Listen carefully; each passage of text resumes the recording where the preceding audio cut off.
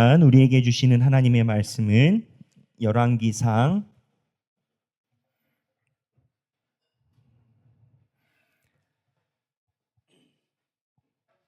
8장입니다. 열왕기상 8장 56절에서부터 61절입니다. 열왕기상 8장이 되겠습니다.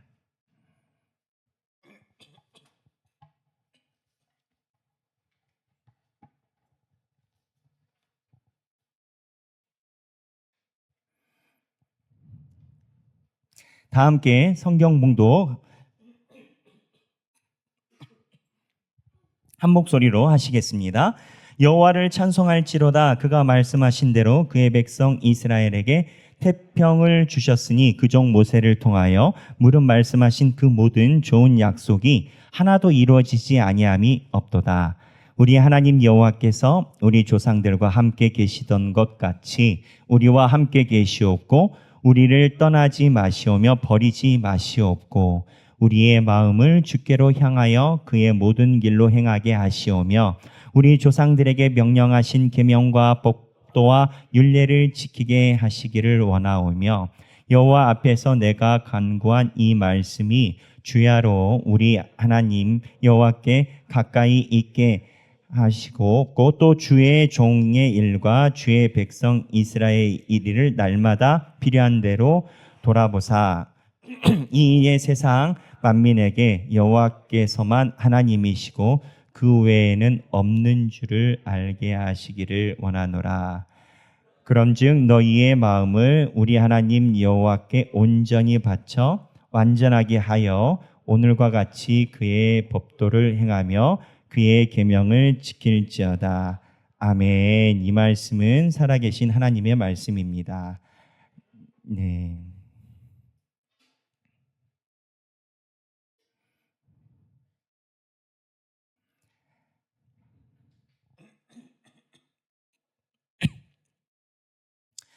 유명한 역사학자가 있습니다. 에드워드 카라는 사람입니다. 그 사람이 쓴 책 중에는 역사란 무엇인가라는 역사를 공부하는 사람들의 필독서가 있습니다.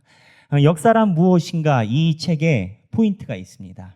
에드워드 카가 이야기를 하는 부분은 역사는 역사를 어떻게 보느냐가 판가름 낸다라는 겁니다.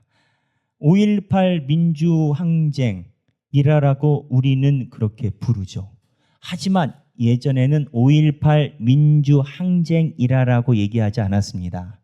광주 사태라고 이야기를 했습니다. 사태라는 것이 주는 이미지가 있죠. 소동, 밀란 이러한 느낌 아니겠습니까? 즉 역사는 우리가 있는 그대로 받아들이는 것이라고 생각하지만 역사를 바라보는 눈에 따라서 보는 입장이 달라지는 겁니다. 이거를 조금 더 어려운 말로 얘기를 하면 역사관이라고 얘기를 합니다. 이러한 역사관이 성경에도 있습니다. 성경은요, 성경에 분명한 역사관을 가지고 있습니다. 성경의 역사관은 뭐냐면 하나님의 백성이 하나님의 백성처럼 살아가는 관점에서 성경을 이야기를 하는 겁니다. 세상의 흥망성쇠로 성경을 이야기하지 않습니다. 그러다 보니까 이스라엘 왕이 북남 합쳐서 한 40명가량 되는데 세상 역사에서 볼 때는 부국강병을 이뤘던 왕들도 성경에서는 하나님의 관점에서 올바르게 행하지 않으면 훌륭한 왕으로 보지 않고 악한 왕이라고 성경은 얘기를 해버립니다. 그래서 성경은 철저하게 하나님의 관점에서 역사를 이야기를 하는 책입니다. 이러한 성경이 하나님의 관점에서 역사를 이야기를 할 때 중요한 기준이 있습니다. 그 기준이 뭐냐? 바로 성전입니다. 성전을 하나님의 왕들이 어떻게 대했느냐에 따라서 그 왕의 신앙이 드러난다라고 성경은 봅니다. 그러면 열왕기서에 나왔던 왕들이 어떻게 성전을 대했나요? 우리가 알아야 되는 기본 전제가 있습니다. 이스라엘 왕들은요, 모두 다 몽땅 다 하나님을 믿는 왕이었습니다. 하나님 안 믿는 왕은 아무도 없었어요. 그런데 그 왕들이 대부분은 실패한 왕으로 기록이 됐습니다. 왜 그랬을까요? 그 이유는 본인은 하나님을 믿는다라고 하지만 성경이 볼 땐 하나님을 안 믿는 왕이었기 때문입니다. 그러면 안 믿는다는 게 무엇이었을까요? 성경에 보면 이 성전을 놓고 하나님의 왕들이 어떻게 했는지를 보여줍니다. 아하스라는 왕이 있습니다. 강대국이 아수르라는 나라가 있습니다. 잘 보여야 돼요. 지금으로 따지면 미국처럼 초강대국이었어요. 결국엔 이 아수르가 북이스라엘을 멸망시켜 버립니다. 근데 이 아수르에게 잘 보여서 살랑살랑 잘하려고 이 아하스 왕이 아수르라는 곳을 소위 사절단으로 국빈으로 방문하고 난 다음에 무엇을 했냐? 성전의 인테리어를 바꿨습니다. 아하스 왕에 있는 이방신들 섬기는 신상처럼 성전을 바꿨습니다. 성경이 이 아하스 왕에 대한 그런 행동을 어떻게 평가했을까요? 악한 왕입니다. 아하스는 왜 그랬을까요? 외교 정책의 발돋움으로 종교를 가져간 겁니다. 하나님 안 믿었나요? 믿었어요. 그런데 변질된 모습으로 믿었던 겁니다. 그래서 이 성전을 어떻게 대했느냐가 하나님을 배반했느냐 안 했느냐를 얘기를 하는 건 겁니다. 이 부분에서 우리도 마찬가지입니다.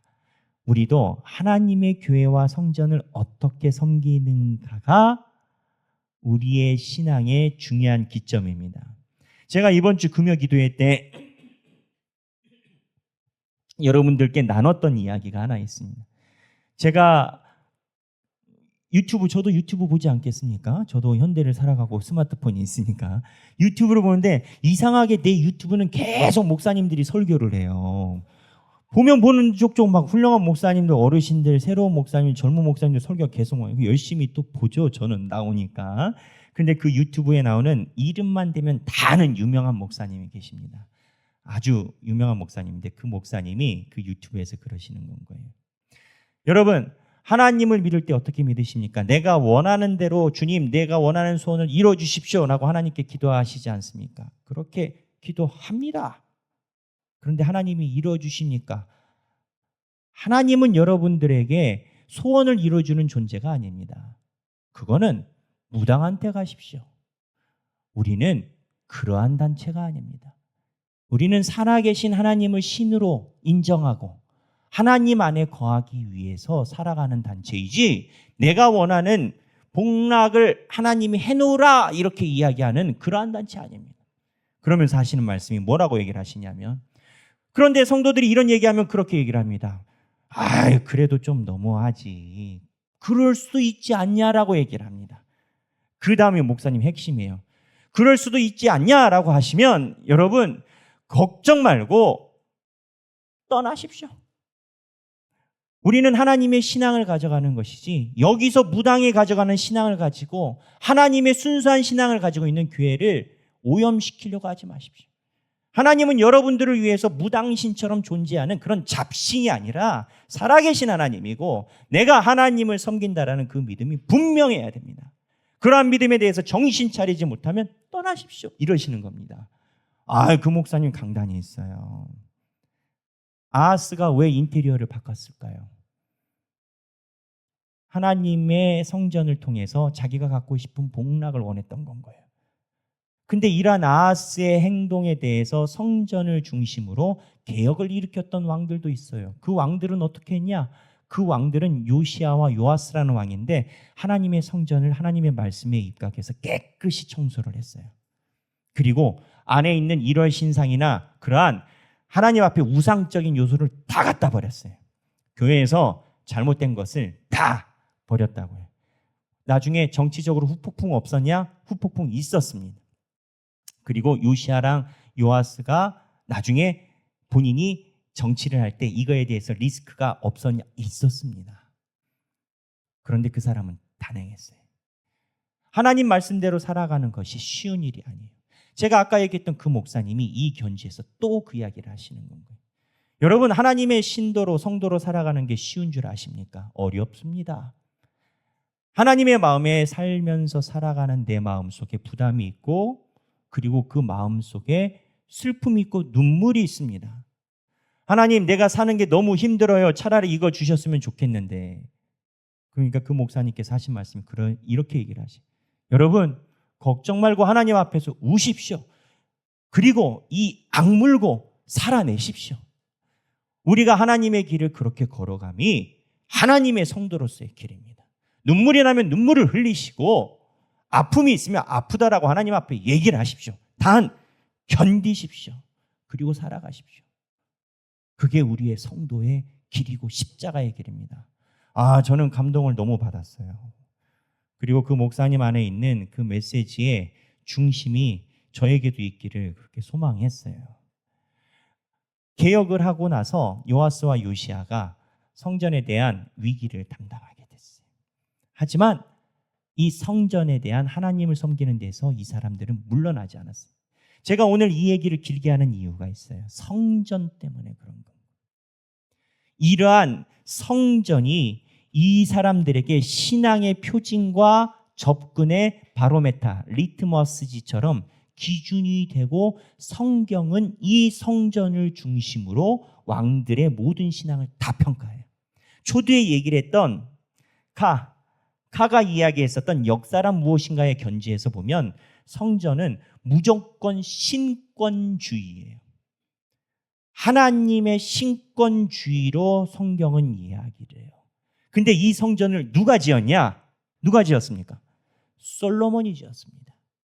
성전을 어떻게 섬기느냐가 이것에 대한 표출되는 검증지라고 했는데 이 성전을 솔로몬이 지었어요. 그런데 여러분, 솔로몬이 성전을 지었을 때 솔로몬의 마음과 신앙은 어떠했을까요?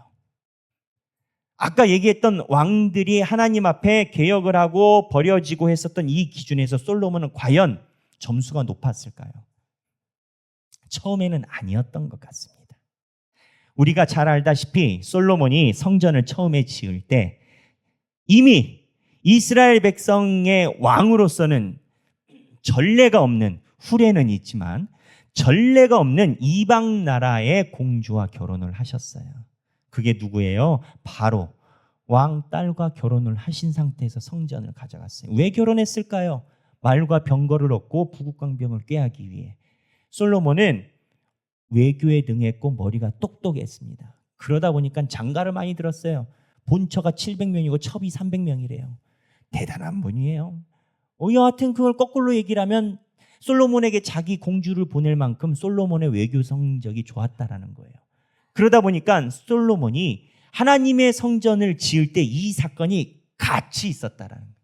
그러면 솔로몬이 가지고 있는 이 두 마음을 하나님이 모르셨을까요? 저는 알았을 것 같아요. 그런데 솔로몬이 성전을 왜 졌을까요? 우리는 성경을 보면 다윗을 통해 하나님이 네 아들이 내 성전을 지을 것이다 라는 하나님의 신탁, 명령 때문에 솔로몬이 성전을 지었을 거라고 얘기를 합니다. 그런데 이 원문을 연구한 신학자, 구약 신학자 중에 월시라는 사람이 있습니다. 1996년도에 이거에 대한 자기 연구 결과를 발간했는데 월시가 원문을 분석해서 내놓은 분석이 이러했습니다. 원문을 잘 연구해 보면 솔로몬이라는 단어는 하나도 없다라는 거예요. 솔로몬이 성전을 짓는다라고 생각할 때 솔로몬이 성전을 꼭 져야 된다라는 하나님의 명령이 없고 원문에는 네 아들이라고 표현되어 있는 다윗에게 그게 자손이라고 표현되어 있다는 거예요. 무슨 얘기냐? 하나님은 다윗의 뒤에서 나오는 자손 중에 하나가 성전을 지을 것이라고 했지 솔로몬이라고 얘기를 안 했다라는 거예요. 이 의문을 왜 가지고 있겠습니까? 솔로몬이 초반에 바로의 왕 딸과 결혼하고 국제적인 마음을 가져가는 게 불편한 건가요? 하나님의 성전을 지을 왕이 초반에 두 마음을 품고 있는 게 성경과 성서학자들이 눈으로 볼 때는 확연히 드러나는 거예요. 그럼 솔로몬이 성전을 왜 졌을까요? 하나님을 향한 마음이 있죠. 없다라는 게 아니에요. 그런데 성전을 지음으로 인해서 종교와 정치가 하나가 되는 시너지를 솔로몬도 원했던 겁니다. 모든 통치자들은 종교와 정치가 하나가 될 때 큰 힘을 가져감을 합니다. 그럼 솔로몬이 신앙이 없었냐? 있었죠. 핵심은 이건 겁니다. 두 마음인 겁니다. 하나님을 섬길 때 솔로몬이 두 마음인 상태인 겁니다. 그래서 솔로몬이 성전을 지었어요.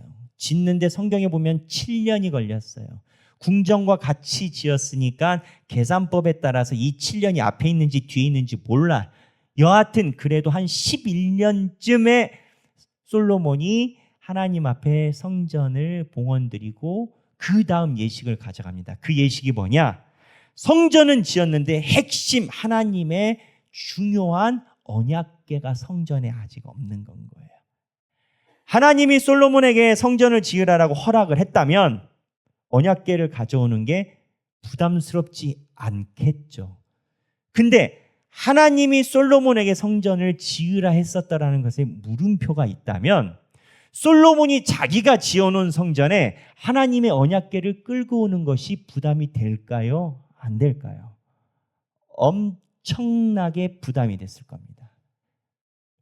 왜냐하면 아버지 다윗이 수도 다윗성 정하고 나서 하나님의 언약궤를 온전치 못한, 순수하지 못한 마음으로 가지고 오려다가 하나님이 그 이벤트를 사람 죽는 아주 힘든 사건으로 만들어 버리셨기 때문입니다. 사람이 죽었잖아요. 하나님이 죽여버렸잖아요.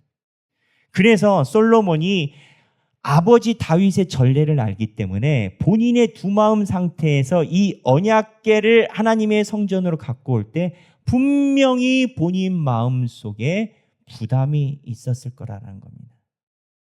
제가 오늘 여러분들과 함께 솔로몬의 마음 상태를 살펴보는 이유가 있습니다. 왜냐하면 오늘 여러분들과 함께 읽어본 본문이 솔로몬이 언약궤가 들어왔을 때 하나님께 드린 기도와 백성들에게 그 기도를 바탕으로 선포한 축복 본문이기 때문입니다. 아까 열왕기서에서 가장 중요한 기준은 성전을 하나님의 어떻게 대하느냐가 이스라엘 백성들에게 큰 기준이라고 말씀을 드렸어요. 그런 측면에서 이 언약궤가 들어올 때 솔로몬의 마음 상태를 표현한 이 본문은 우리에게 주는 메시지가 분명히 있어요. 솔로몬이 두 마음 상태에서 언약궤를 들여옵니다. 한 학자는 그렇게 얘기를 합니다. 솔로몬 마음 상태가 두 마음이었기 때문에 8장에 보면 수없이 많은 제사를 솔로몬이 드립니다. 속죄제라는 겁니다. 하나님 앞에 하나님이 내 두 마음을 아시는 걸 아니까 하나님께 사죄를 구하면서 언약궤를 끌고 온다라는 겁니다. 이게 저는 이 본문에 있을 때 어쩌면 우리도 이러한 마음으로 성전에 나올 수 있지 않을까 생각이 들었어요. 우리가 하나님의 성전의 문을 열 때 하나님이 우리의 삶의 모든 것을 다 아세요. 하나님의 성전에 올 때 우리가 모든 것이 순결하고 깨끗하고 드릴만 해서 성전에 오는 건 아니에요. 그런데 성경에서 보면 솔로몬이 언약궤를 끌고 올 때 어떠한 현상이 일어나느냐? 성전에 구름이 가득해집니다. 이스라엘 백성들은 이 구름이 하나님의 임재의 상징으로 봐요. 이 구름이 언제 있었는지 아십니까? 시내산에서 하나님께 언약궤, 돌판, 십계명을 받을 때 이 구름이 뒤덮였습니다. 이 구름은요, 지속적으로 하나님의 상징으로 등장하고 하나님이 임재할 때 이 구름이 나타납니다. 저는 이스라엘 지역은 안 가봤어요. 저도 나름 해외 많이 가보고 여행도 많이 해봤다라고 생각을 하는데 이스라엘은 안 가봤어요. 나중에 기회가 되면 우리 성도들이랑 함께 성지순례를 가는 날이 있지 않을까 싶은데 궁금한 게 이건 거예요. 내가 아는 이스라엘은 사막 지형이거든요. 요즘 하마스랑 뭐 미사일 쏘고 난리 났잖아요. 보면 사막 지형이잖아요. 구름은 뭐예요? 수증기잖아요. 사막 지역은 낮에 40도, 50도 올라가잖아요. 그러면 성경에 있는 대로 구름이 낮에 맺히나? 저 잘 모르겠어요. 그런데 제가 알고 있는 상식으로는 사막 지형에서 낮에 구름이 맺힌다는 것은 비가 오면 비가 오지 이거는 어려운 일이 아닐까라는 생각이 들어요. 그러니까 이스라엘 백성들이 언약궤를 가지고 들어올 때 하나님의 성전에 구름이 휘감을 때 어떤 마음이었을까? 솔로몬이 지금 언약궤를 가지고 와요. 본인이 두 마음이에요. 그런데 걱정돼. 하나님한테 혼날까 봐. 그러니까 하나님한테 헌금하면서 막 엄청난 제사를 드려. 그러면서 가지고 들어와 언약궤를. 근데 구름이 확 휘감았어요. 사람들은 모르죠, 솔로몬의 두 마음을. 하지만 하나님은 아실 거 아니에요. 하나님이 살아계시면 내가 어떻게 신앙생활하는지 하나님이 알 거 아니에요. 하나님이 살아계시면 내가 하나님을 믿는지 안 믿는지 하나님이 알 거 아니에요. 근데 하나님이 구름 중에 솔로몬의 가까이 오심을 느껴요. 마음이 어땠을까요? 기뻤을까요? 공포였을까요? 십계명을 받을 때 이스라엘 백성들의 전원을 살펴보면 성경에 기록된 도라면 하나님께 죽을까 봐 두려워해서 이스라엘 백성들이 구름과 거리를 요청합니다. 예배가 하나님이 직접 임재하고 우리가 찬양한 대로 하나님께서 다 받아주신다면 하나님이 여기 와주시는 거예요. 제가 말하고 싶은 방점은 솔로몬의 심리예요. 이 상태에서 두려움이 엄습한 상태에서 솔로몬이 기도를 들어갑니다. 근데 이 기도가 정확하게 두 가지 패턴이 있어요. 처음에는 솔로몬이 이 기도를 할 때 하나님께 자기가 기브 앤 테이크 식으로 우리가 이렇게 하면 이렇게 해주세요라고 하나님께 해요. 그러니까 이런 거죠. 하나님, 제가 하나님은 교회를 위해서 이렇게 했어요. 그러면 이렇게 해주세요. 라고 하나님께 첫 번째 패턴을 가져가요. 그리고 두 번째를 알게 돼. 근데 이게 솔로몬이 드린 이 패턴이 처음 신앙생활할 때 모든 성도가 갖는 패턴이에요. 나쁘다라는 게 아니에요. 나쁘다라는 게 아니고 이 길을 넘어가야 돼요. 이 길을 꼭 종착하게 돼. 사람들은요, 심리가 있어서 내가 무언가를 하게 되면 그 결과를 받게 된다라는 그러한 심리를 우리는 강박적으로 다 알고 있어요. 의인은 의인의 길로 가고 죄인은 벌 받는다, 이거 아니겠어요? 그래서 사람들이 어떻게 해요? 하나님한테 벌 안 받으려고 열심히 살잖아요. 근데 열심히 살아본 분들은 알아요. 내가 하나님께 열심히 산다고 의로워지는 게 한계가 있어요. 교회 생활을 아무리 열심히 한다 해도 사람들은 나에 대해서 이야기를 하는 거 있지만 나는 밑바닥에 안 되는 한계가 있어요. 솔로몬이 처음에 하나님께 기도할 때는 이 패턴으로 하나님께 드리고 안 드리고 이거를 해요. 처음에 구름 중에 정신이 하나도 없었을 거야. 지금 본인이 하는 기도도 본인이 이해하지 못했을 수도 있어요. 하지만 평소 가지고 있었던 생각이 기도로 나온 건 거예요. 그 기도를 제가 살펴보면 그래요. 빨리빨리 지나가면 열왕기상 8장 30절에 보면 보세요. 주의 종과 주의 백성 이스라엘이 이곳을 향하여 기도할 때, 그냥 기도할 때 31절에 보면 하반부에 이 성전에 있는 주의 제단 앞에 맹세하거든. 그리고 33절에 여호와의 이름을 33절입니다. 인정하고 기도하며 간구하거든. 35절에 주의 이름을 찬양하고자 죄에서 떠나거든. 다 모든 게 조건문이에요. 그리고 38절에 무슨 기도나 무슨 간구를 하거든. 용서해달라는 거예요. 그리고 42절에 표신 소문을 듣고 이 성전을 향하여 기도하거든. 44절에도 기도하거든. 48절, 오늘 아주 방송팀 아주 그냥 손바닥에 땀나는 날입니다. 1부부터 음지에서 양지를 위해서 봉사하신 우리 방송팀, 주님의 은혜가 있기를. 48절에 자, 성전에 있는 쪽을 향하여 주께 기도하거든. 무슨 얘기냐? 솔로몬이 하나님의 구름에 있을 때 저는 솔로몬이 죽을 수도 있다라는 감각을 가졌을 거라고 생각해요. 하나님 앞에 두 마음을 그냥 품고 살아가는 것하고 하나님이 구름 중에 직접 자기에게 돌입해 오신다라는 느낌을 받을 때 이 감은 아예 다른 거예요. 그러니까 솔로몬이 평소에 갖고 있었던 감대로 하나님, 내가 주일 성수했죠? 목사님이 시킨 대로 온전한 11조 다 드렸죠? 찬양하는 대로 찬양했죠? 주님, 이렇게 우리가 살아간다면 용서해 주세요. 이 기도를 한 건 거예요. 이거 중요해요. 이 삶이 돼야 그 다음을 알 수가 있어요. 근데 솔로몬이 이 기도를 하다가 그 다음에 기도 패턴이 백성들한테 얘기를 할 때 본인이 받은 은혜를 백성들한테 이야기를 하는데 구조가 확 달라집니다. 어떻게 달라지냐? 55절에 보면 여호와를 찬송할지로다 그가 말씀하신 대로 그의 백성 이스라엘에게 태평을 주사 그의 종 모세를 통하여. 모세 나와요. 갑자기 모세가 나와. 왜 모세가 나오는 줄 아세요? 자기네들이 한 대로 안 되니까 하나님께서 조상 때부터 가지고 있었던 그 약속을 가지고 있어요.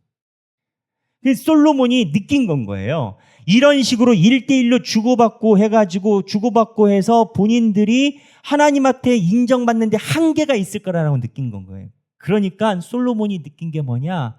내 잘한 것 때문이 아니라 하나님이 나를 택하신 것을 붙잡아야 된다라는 지혜가 생긴 거예요. 에베소서에 보면 그렇습니다. 제가 에베소서 많이 강조하죠. 에베소서에서 보면 하나님께서 우리를 부르신 건 창세 전부터 택정하셨다라고 기록이 되어 있어요. 칼빈은 제가 여러 번 얘기를 했지만 하나님께서 부른 자만 주님의 성전에 나올 수 있다라고 얘기를 해요. 눈에 보이지 않는 하나님께 예배드리러 온다는 거, 시간이 남아서 온다? 여러분, 시간이 남아도 할 일이 얼마나 많다고요. 누웠다가 눕렀다가 뒤집었다가 할 게 얼마나 많다고요. 근데 하나님께서 택한 자만 주님의 예배전에 나올 수 있는 거예요. 근데 솔로몬이 이걸 본 건 거예요. 내가 가지고 있는 패턴으로 하나님의 기준치에 가지 못한다는 거예요. 뭘 잡아야 되느냐? 하나님 안에 있는 하나님의 계획을 붙잡아야 안 변한다라는 걸 한 거예요. 똑똑한 거예요. 그 하나님 앞에 신앙생활, 하나님 주일 성수하고 온전한 11조를 드리고 하나님 교회를 위해서 열심히 하고 이걸 살아본 자가 두 번째 솔로몬의 마음을 갈 수 있는 겁니다. 하나님의 마음을 붙잡아야 돼요. 근데 그 다음에 솔로몬이 갖게 된 세 번째 중요한 인식이 있어요. 그 인식이 뭐냐? 하나님의 계획을 보니까 하나님이 하시는 일이 눈에 들어왔어요. 그게 뭐냐? 바로 하나님이 우리를 건드시는 뿌리를 보게 된 거예요. 하나님이 우리를 하나님의 계획을 붙잡으면 어떠한 역사를 하시는지 아십니까?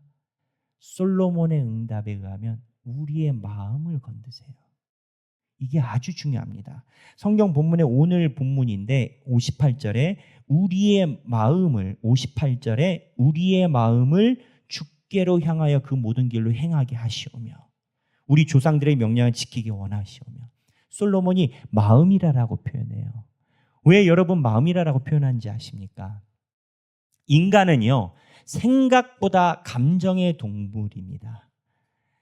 인간학을 연구하는 사람들은 뭐라고 얘기를 하냐면 사람들은 다 자기가 맞는 소리대로 산다라고 생각한다라는 거예요.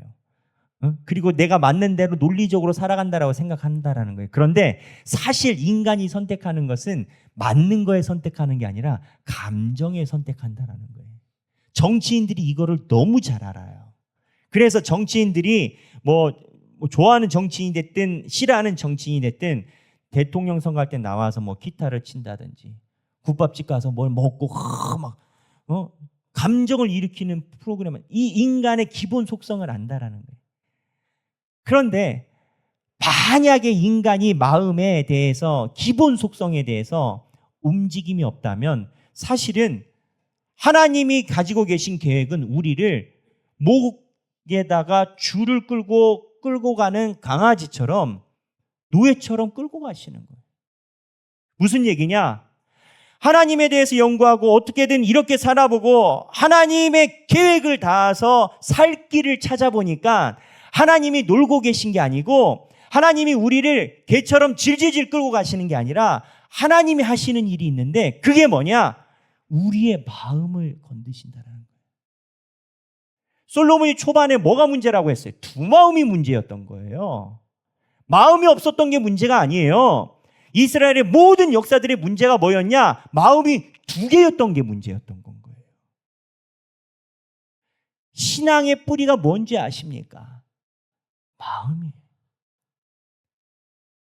하나님이 교회에 무언가 결과를 내보는 게 중요한 게 아니라 하나님 앞에 내가 마음이 있는 것과 없는 것이 나머지 결과를 가져가요. 제가 이걸 왜 뿌리라고 얘기를 하는지 아십니까? 나무는요, 열매와 잎사귀는 눈에 보여요. 하지만 뿌리는 보이지 않아요. 솔로몬이 하나님 앞에 가까이 가서 하나님의 지혜를 구하려다 보니까 하나님이 계획에 의해 가셔야 되고 하나님이 무엇 하시냐 봤더니 우리의 마음을 건들고 있으시다는 거예요. 솔로몬이 가지고 있는 두 마음을 하나님이 계속 건들고 계시다는 거예요. 마음이 있으면 사람은 무엇이든 합니다. 연애할 때 그러지 않습니까? TV에 나온 프로에 나오는 남자가 그러다 서울에서 부산까지 일주일에 몇 번을 왔다 갔다 했다고. 마음이 있으면 사람이 돼. 제가 요즘에 최근에 보는 이 마음의 현상이 있어요.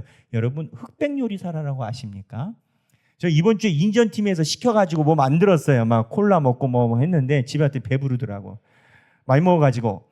근데 이 흑백 요리사 보면은 재밌다라고 하니까 사람들이요. 아무리 바빠도 이 프로를 다 챙겨보더라고요. 젊은 사람들이.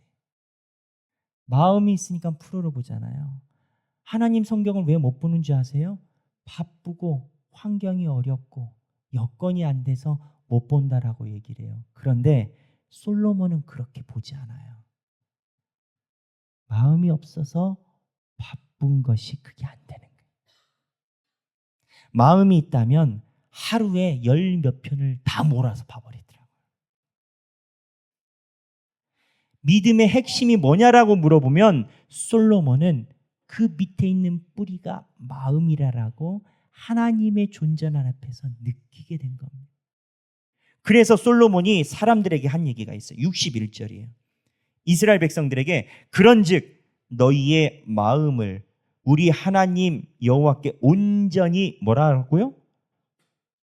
바쳐. 오늘 본문의 61절입니다. 다 함께 읽어볼까요? 그런즉 너희의 마음을 우리 하나님 여호와께 온전히 바쳐. 마음을 바친다라는 게 무엇을 의미할까요? 하나님이 1순위가 되어야만 그게 신앙이 담보가 된다라는 거예요. 솔로몬을 한마디 워딩으로 한다면 두 마음을 품고 있던 왕으로 학자들은 봅니다. 그 마음을 하나님이 임재하시고 구름 중에 어쩌면 내가 이 법궤로 죽을 수도 있고 우리 아버지는 이 언약궤 잘못 기획했다가 사람이 죽어나갔고 그런데 내가 이걸 할 때 죽을까 봐 제사를 많이 하고 하나님이 나타났을 때 내 감각적으로 나 이거 잘했죠 저거 잘했죠 하나님 이렇게 하면 주셔야 될 거 아니에요. 내가 열심히 했잖아요. 하지만 하나님과 솔로몬이 아는 게 있어요. 그 바닥이에요. 하나님이 건드신 야 주고받고가 중요한 게 아니잖아. 내가 돈 없는 신이야? 내가 니들 아니면은 마음이 부자가 안 되는 신이야? 내가 그렇게 가난하고 능력 없는 신이야? 그게 아니잖아. 솔직히 바닥에 있는 네 마음이 두 개 아니야. 네 마음을 내 앞에 가져오지 않으면 성전 안 받아. 성전을 안 받으면 후대 열왕기가 이야기한 그 기준으로 똑같이 아웃되는 거예요. 솔로몬이 마지막에 백성들에게 한 이 말씀, 너희의 마음을 우리 하나님 여호와께 온전히 바쳐는 신앙생활의 가장 근본되는 뿌리인 겁니다. 우리가 세상에서 살아나고 이겨내려면 믿음이 있어야 돼요. 믿음이 있어야 세상에서 흔들리지 않아요. 근데 그 믿음이 없어서 한탄해하는 사람들이 있어요. 하나님을 잘 믿고 싶기 때문에 자기의 믿음이 약함을 아파하는 건 거예요. 하나님이 좋아하실까요? 싫어하실까요? 이뻐하시죠. 사랑하시죠. 열심히 하나님 잘 믿으려고 하니까. 그런데 왜 믿음이 없는 줄 아세요? 마음이 안 가서 믿음이 안 생기는 거예요. 마음이 안 가니까 신앙 성장이 안 되는 거예요. 그 마음을 하나님께 구해야 돼요. 그래서 솔로몬이 얘기를 합니다. 너희의 마음을 여호와께 온전히 바쳐. 온전히 바치면 그 다음에 내가 평소에 못하던 신앙생활이 돼요. 완전하게 하여 오늘과 같이 그의 법도를 행하며 그의 계명을 지킬지어다. 예전에는 되지도 않던 것들이, 정말 너무 힘들기만 했던 것들이, 우리 목사님은 왜 맨날 책 들고 와가지고 성경 보라고 하고 하는지 너무 힘들었는데 하나님 앞에 마음을 바치니 그냥 굴러가듯이 흑백 요리사 보듯이 그냥 쭉 가는 거예요. 이어령 씨 흑백 요리사보다 재밌어요? 제가 한 4권 고르려다가 기도하고 2권으로 줄인 거예요. 밀란이 일어날까 봐. 우리 사랑하는 성도 여러분, 우리 하길교회 성도분들, 하나님이 너무 사랑하셔서 여기 오셨다라는 제 인식이 있어요. 여러분 아시죠? 우리 교회가 뭐 대단한 교회입니까? 건물이 으리으리하기를 합니까? 배경기 목사가 설교를 뭐 뛰어나게 잘하기를 합니까? 하지만 여기 와서 하나님의 말씀을 들으려고 하시는 분들이 하나님 앞에 칭찬받고 나중에 천국에서 우리가 다 웃으며 보면 좋겠어요. 하나님 앞에 온전한 마음을 들여서 하나님께 칭찬받아서 솔로몬의 영광이 여러분들의 임하시길 주님의 이름으로 축원합니다. 우리 이 시간에 같이 찬양하기를 원합니다. 우리 찬양하고 싶은 찬양이 있어요. 주님 마음 내게 주소서라는 찬양이에요. 하나님, 주님의 마음을 내게 주시고 하나님께서 인도하시는 그 길에 우리가 따라갈 수 있도록 도와주옵소서라는 이 찬양이에요. 오늘 이 찬양을 우리 함께 하면서 한편으로는 회개를 해야 되겠죠. 여러분, 성경에 있는 솔로몬조차도 하나님 앞에 두 마음이다라고 평가를 받는 이 마당에 두 마음 아닌 사람이 누가 있겠습니까? 아무리 백영기 목사가 목사라고 해도 솔로몬보다 나은 사람이지는 않지 않겠습니까? 다 두 마음이. 그러나 차이가 있죠. 하나님이 우리를 사랑하셔서 우리는 해답지를 먼저 주셨어요. 솔로몬은 모르고 산전수전 겪어서 나중에 해답지를 얻었지만 우리는 답지를 끼고 있어요. 뭐냐? 하나님께 네가 온전한 마음을 바쳐야 하나님이 네 삶의 주인이 된다라는 거예요. 그래야 길을 내시죠. 하나님이 길을 내고 싶어도 본인이 받으려고 안 하면 하나님이 길을 낼 수가 있겠어요. 하나님 앞에 온전한 마음을 드리는 우리가 되기를 소망합니다. 찬양하겠습니다.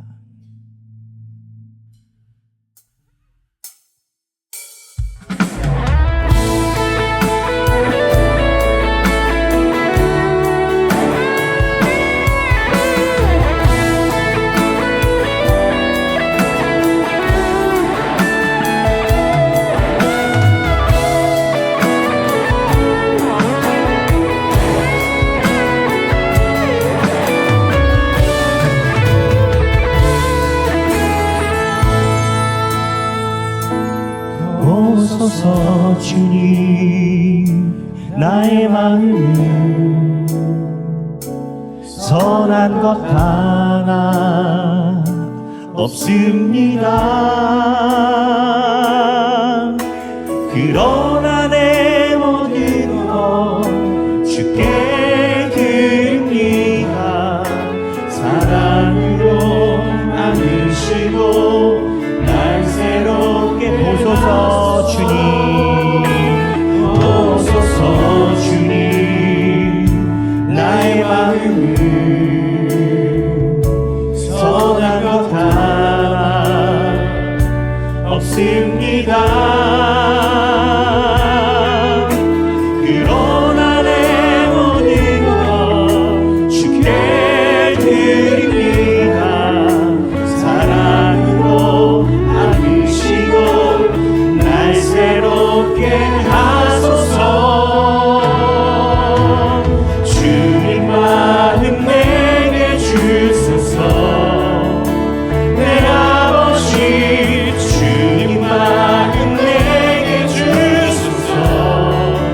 나를 향하신 주님의 뜻이 이루어지도록 주님 마음 내게 주소서. 보소서 주님, 보소서 주님. 나의 마음을 선한 것 하나 없습니다. 그러나 내 모든 것 주께 드립니다. 사랑으로 안으시고 날 새롭게 하소서. 주님 마음 내게 주소서. 주님 마음 내게 주소서. 내 아버지 주님 마음 내게 주소서. 나를 향하신 주님의 뜻이 이루어지도록 주님 마음 내게 주님 마음 내게 주소서. 주님 마음 내게 주소서. 내 아버지 주님 마음 내게 주소서. 나를 향하신 주님의 뜻이 이루어지도록 주님 마음 내게 주소서. 내 아버지 주님 마음 내게 주소서. 내 아버지 주님 마음 내게 주소서. 나를 향하신 주님의 뜻이 이루어지도록 주님 마음 내게 주님 마음 내게 주소서. 주님 마음 내게 주소서. 내 아버지 주님 마음 내게 주소서. 나를 향하신 주님의 뜻이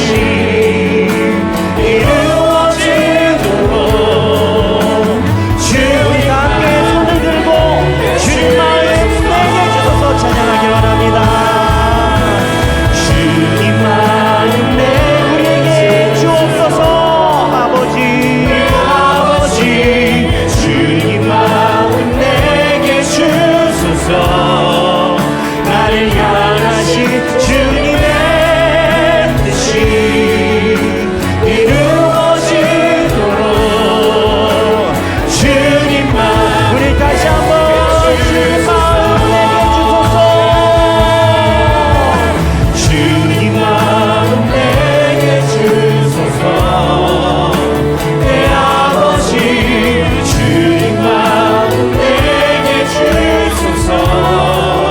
나를 향하신 주님의 뜻이 이루어지도록 주님 마음 목소리로 주님 마음 내게 주소서. 주님 마음 내게 주소서. 내 아버지 주님 마음 내게 주소서. 나를 향하신 주님의 뜻이 이루어지도록